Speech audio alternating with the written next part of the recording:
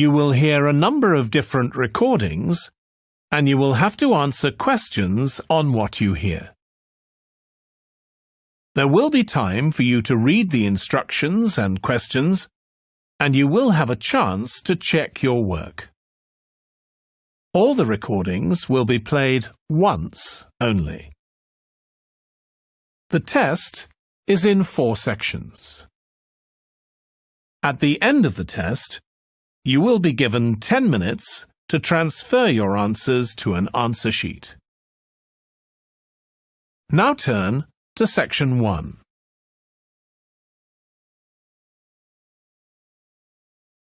Section 1. You will hear a man telephoning a friend to find out about their local public library. First, you have some time to look at questions 1 to 4.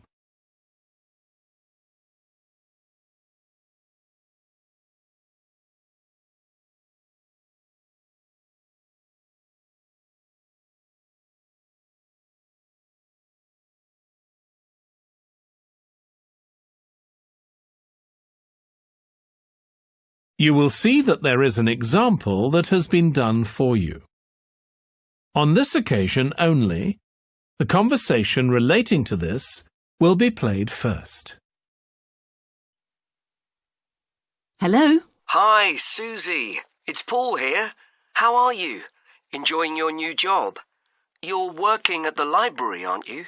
Yes, I started when the library reopened a month ago. It's great. The woman says that the library reopened a month ago.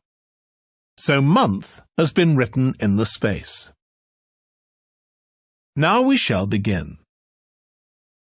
You should answer the questions as you listen, because you will not hear the recording a second time. Listen carefully and answer questions 1 to 4. Hello? Hi, Susie. It's Paul here. How are you? Enjoying your new job? You're working at the library, aren't you? Yes, I started when the library reopened a month ago. It's great.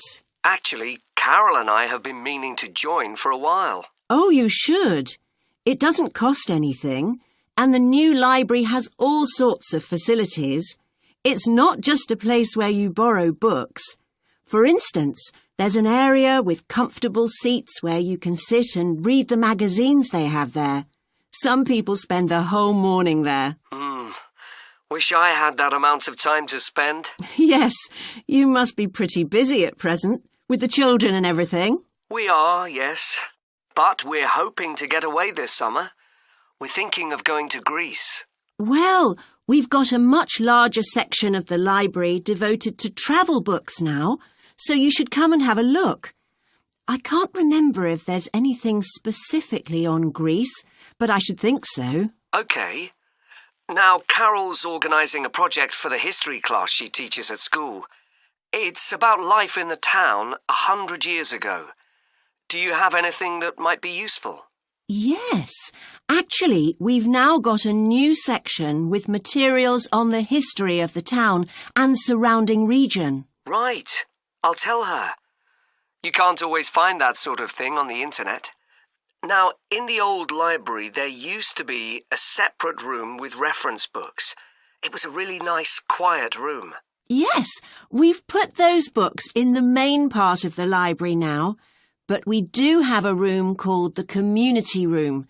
It can be hired out for meetings, but at other times, people can use it to study. I might use that. It's hard to find anywhere quiet at home sometimes. I can't remember how old your son and daughter are.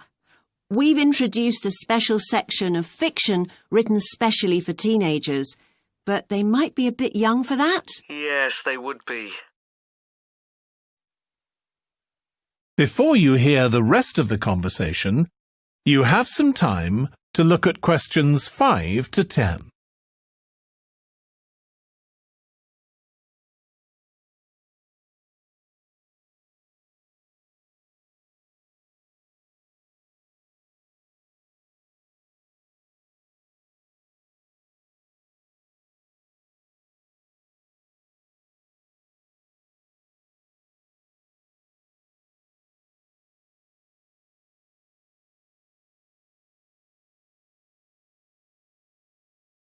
Now listen and answer questions 5 to 10. Well, we do have lots of activities for younger children. Yes? For example, we have a science club. At the next meeting, they're going to be doing experiments with stuff that everyone has in the kitchen, sugar and flour and so on. They might be interested, yes. And we have a competition for children called Reading Challenge. That doesn't begin until after the end of term. They have to read 6 books, and they get a certificate if they manage it. So that gives them something to do while they're on holiday, instead of getting bored. That's the idea.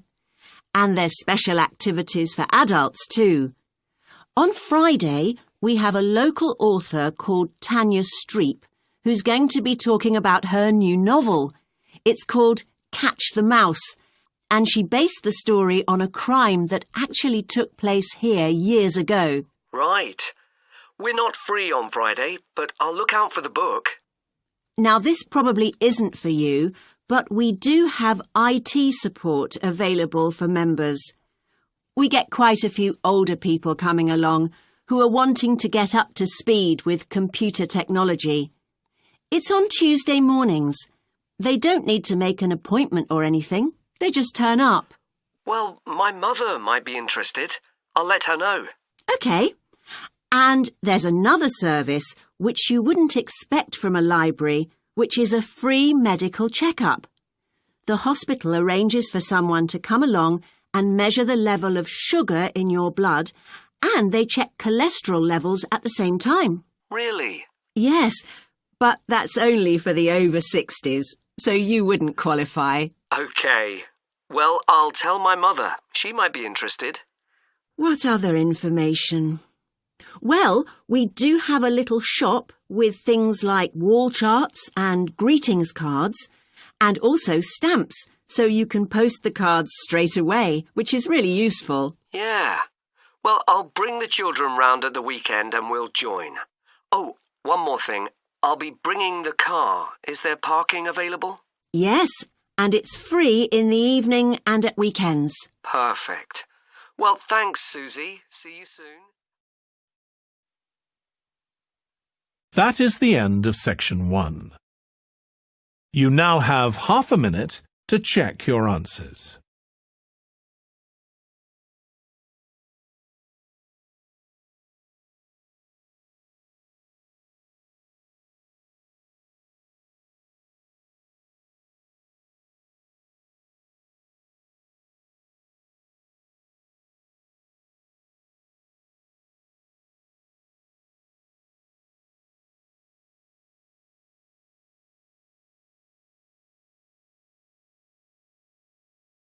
Now turn to section 2.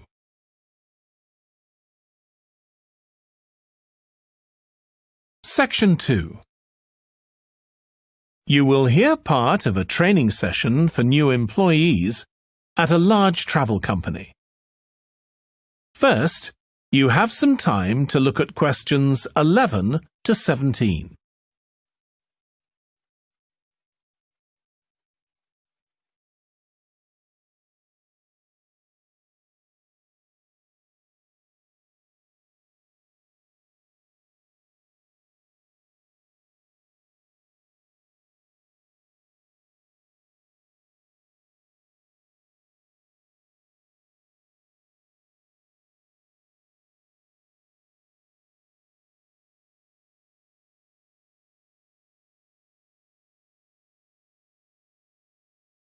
Now listen carefully and answer questions 11 to 17. In this session in your training day, we're going to look at some of the more specialized holidays we offer at BC Travel. Now, the travel business is very competitive, and it's important to be aware of how the market's changing and developing. In terms of age groups, the over 65s are an important market, and one that's increasing steadily year on year. The fewest holidays are taken by the 31 to 42-year-olds, and that figure shows no sign of rising. The biggest market at present is still the youngest group, the 16 to 30s, but this group's also seen the biggest drop over the last few years, whereas there's a noticeable growth in the number of holidays taken by the 55 to 64-year-olds. As far as the 43 to 54-year-olds are concerned, bookings there are steady, but I have to say we haven't seen the increase we expected. One trend we're noticing with nearly all age groups is the growing popularity of holidays in which clients do some kind of specialized activity. I'm not talking here about adventure holidays where clients take part in high-risk activities like whitewater rafting just for the thrill of it. Activity holidays usually involve rather less high-risk sports or things like art and music. They're not necessarily cheaper than ordinary holidays, often the opposite, in fact, but they do often take place outside the main tourist centers, which gives an opportunity for clients to find out more about the local people and customs. And many say this is one of the most positive features of these holidays. Of course, they offer the chance to develop a new skill or talent, but clients often say that more than this, it's the chance to create lasting relationships with other like-minded people. That's the main draw. Let me give you some examples of BC travel activity holidays. Our painting holidays take place in 4 different centers in France and Italy, and they're very popular with clients of all abilities from beginners onwards. We've got an excellent team of artists to lead the classes.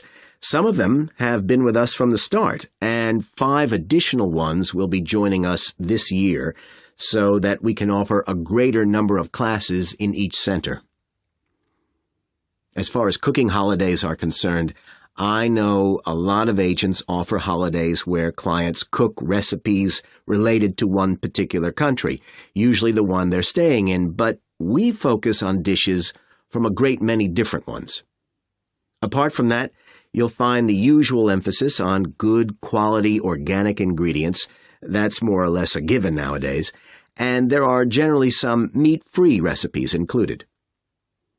Our photography holidays take place in a wide range of countries from Iceland to Vietnam, and clients have the opportunity to see some stunning scenery. Groups are small, no more than 8, so clients can have one-on-one tuition during the holiday, and excursions are arranged with fully trained guides. At the end of each holiday, an exhibition is held of the photographs taken so that clients can see one another's work and receive valuable feedback from the tutor. Before you hear the rest of the training session, you have some time to look at questions 18 to 20.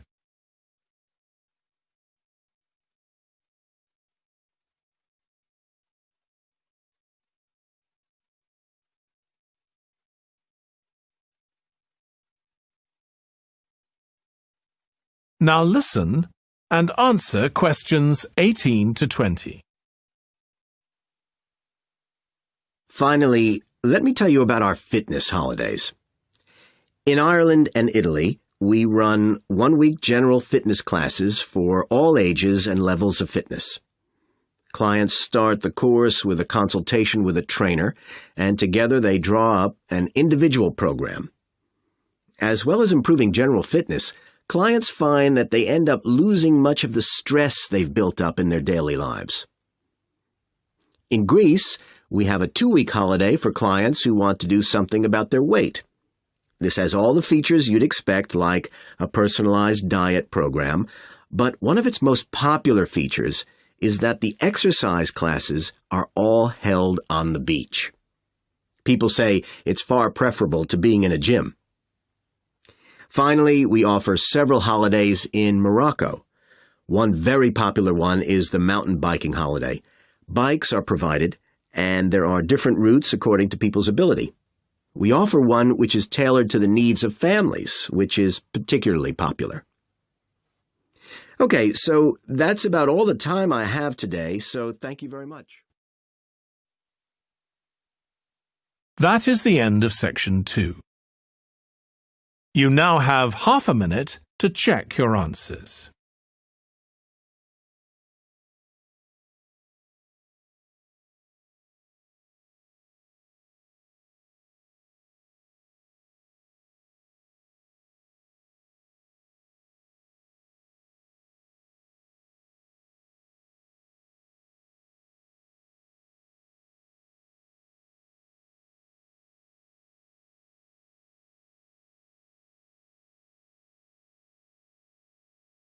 Now turn to Section 3.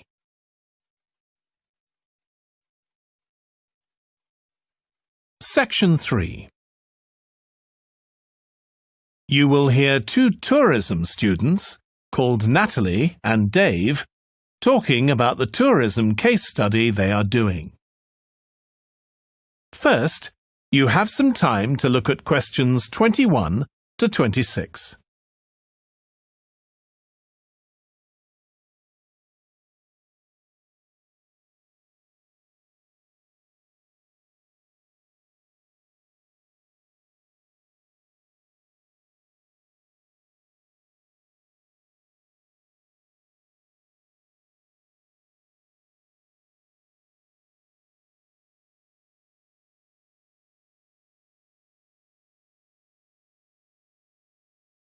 Now listen carefully and answer questions 21 to 26.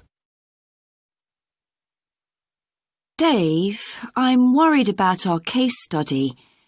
I've done a bit of reading, but I'm not sure what's involved in actually writing a case study.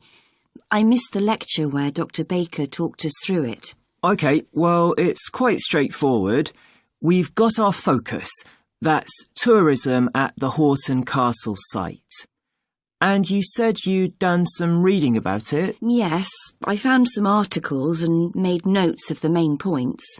Did you remember to keep a record of where you got the information from? Sure, I know what a pain it is when you forget that. OK, so we can compare what we've read.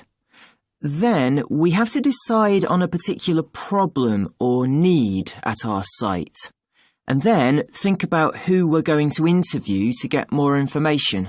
OK, so who'd that be? The people who work there? And presumably some of the tourists too? Yes, both those groups. So we'll have to go to the site to do that, I suppose. But we might also do some of our interviewing away from the site. We could even contact some people here in the city, like administrators involved in overseeing tourism. OK, so we'll need to think about our interview questions and fix times and places for the meetings.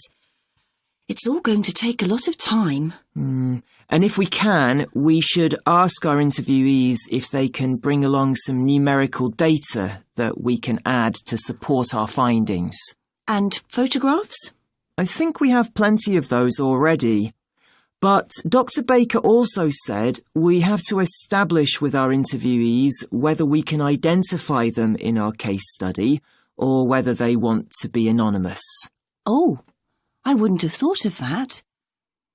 OK, once we've got all this information, I suppose we have to analyse it. Yes, put it all together and choose what's relevant to the problem we're focusing on, and analyse that carefully to find out if we can identify any trends or regularities there. That's the main thing at this stage, rather than concentrating on details or lots of facts. OK, and then once we've analysed that, what next? Well, then we need to think about what we do with the data we've selected to make it as clear as possible to our readers. Things like graphs or tables or charts. Right. Then the case study itself is mostly quite standard. We begin by presenting the problem and giving some background, then go through the main sections. But the thing that surprised me is that in a normal report, we'd end with some suggestions to deal with the problem or need we identified. But in a case study, we end up with a question or a series of questions to our readers, and they decide what ought to be done. Oh, I hadn't realised that. Before you hear the rest of the discussion, you have some time to look at questions 27 to 30.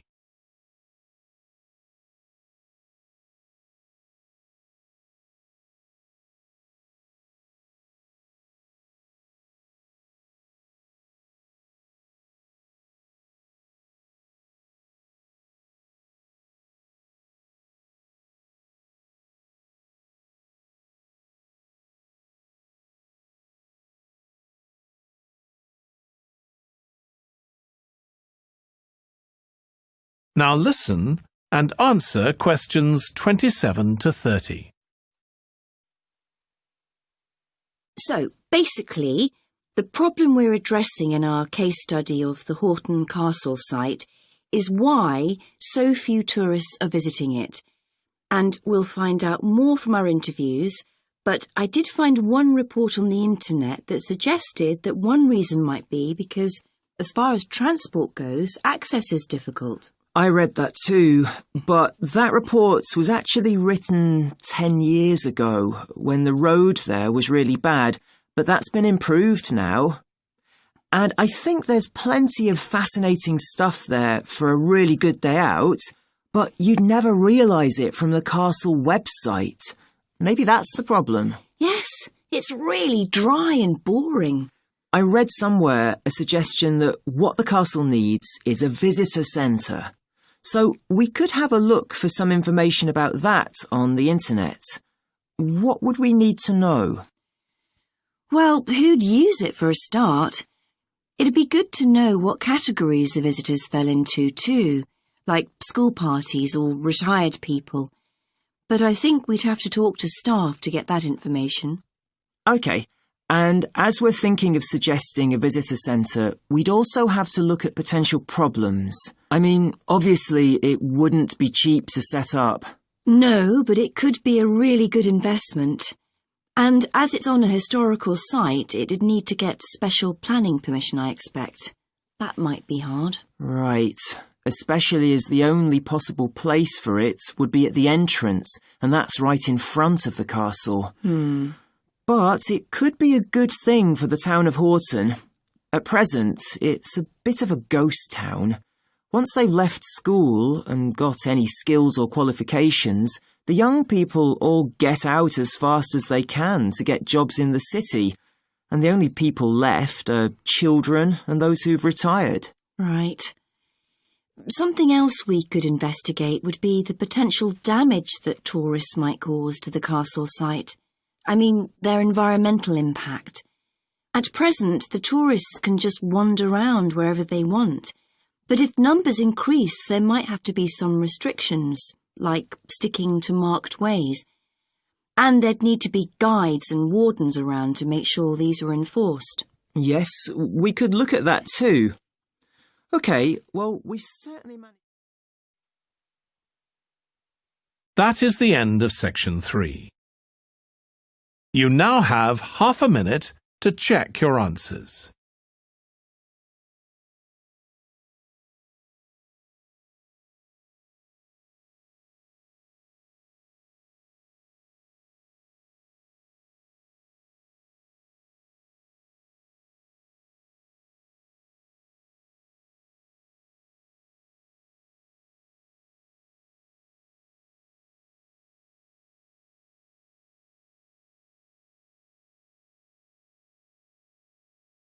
Now turn to section 4.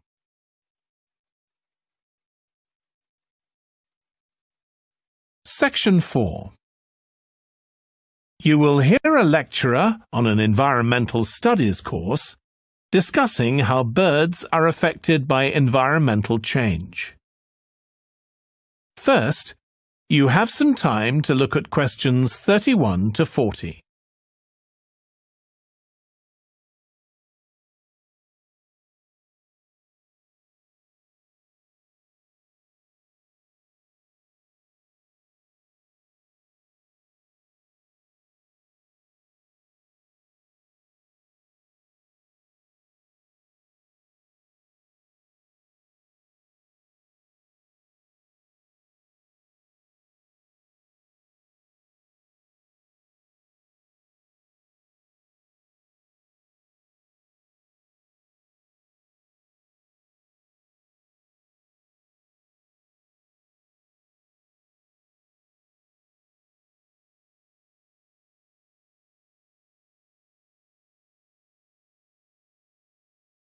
Now listen carefully and answer questions 31 to 40.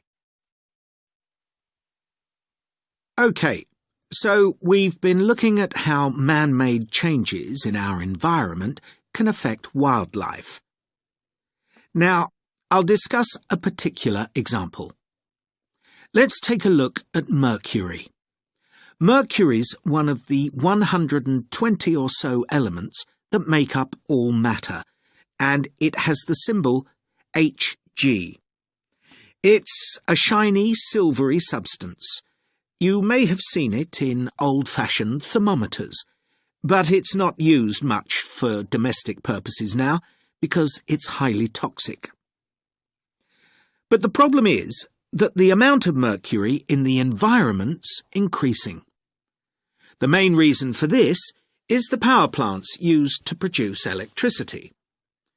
The main source of energy that most of them use is still coal, and when it's burned, it releases mercury into the atmosphere. Some of this gets deposited into lakes and rivers, and if it's ingested by a fish, it's not excreted. It stays in the fish's body, and it enters the food chain. So, it's been known for some time that birds which eat fish may be affected. But what wasn't known until quite recently is that those that eat insects can also be affected. So, a woman called Claire Varian Ramos is doing some research on how this is affecting birds. And rather than looking at how many birds are actually killed by mercury poisoning, she's looking for more subtle sub-effects. And these may be to do with the behaviour of the birds, or with the effect of mercury on the way their brain works, so whether it leads to problems with memory, for example. And she's particularly focusing on the effects of mercury on bird song. Now, the process of song learning happens at a particular stage in the bird's development, and what you may not know is that a young bird seems to acquire this skill by listening to the songs produced by its father, rather than by any other bird. And Varian Ramos has already found in her research that if young male birds are exposed to mercury, if they eat food contaminated with mercury, then the songs they produce aren't as complex as those produced by other birds. So, quite low-level exposure to mercury is likely to have an impact on male birds in a natural situation because it can mean that they're less attractive to female birds, and so it can affect their chances of reproduction.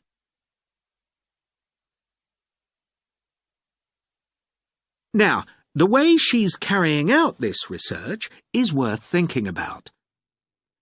She's using a mixture of studies, using birds kept in laboratories and studies carried out outdoors in the wild. The lab-based studies have the advantage that you don't get all the variables you would in a natural setting. So, the experimenter has a much higher level of control, and that means they can be more confident about their results in some ways. And, of course, they don't have to worry about going out and finding the birds in order to observe them. So, what are the implications here for humans? Well, because many birds are migratory, they may be transporting mercury far from contaminated sites. For example, it's been found that ducks who'd been feeding at a contaminated site were later shot by hunters over 1,000 kilometres away, and presumably eaten. But these birds likely had mercury levels high enough to warrant concern for human consumption. In addition, going back to song learning by birds, we saw that this may be affected by mercury contamination. Well, we also know that in humans, mercury causes developmental delays in the acquisition of language, And in fact, this process is very similar in the brain regions it involves, and even the genes that are involved. But mercury contamination has other important implications for humans as well. It's now known that an unborn child can be affected if the food eaten by its mother contains high levels of mercury, and these effects can be quite substantial. In the end, it comes down to whether more value is placed on human economic well-being or environmental well-being. It's true there are new regulations for mercury emissions from power plants, but these will need billions of dollars to implement and increase costs for everyone. Some argue that's too much to pay to protect wildlife. But as we've seen, the issues go beyond that, and I think it's an issue we need to consider very carefully. That is the end of section 4. You now have half a minute to check your answers.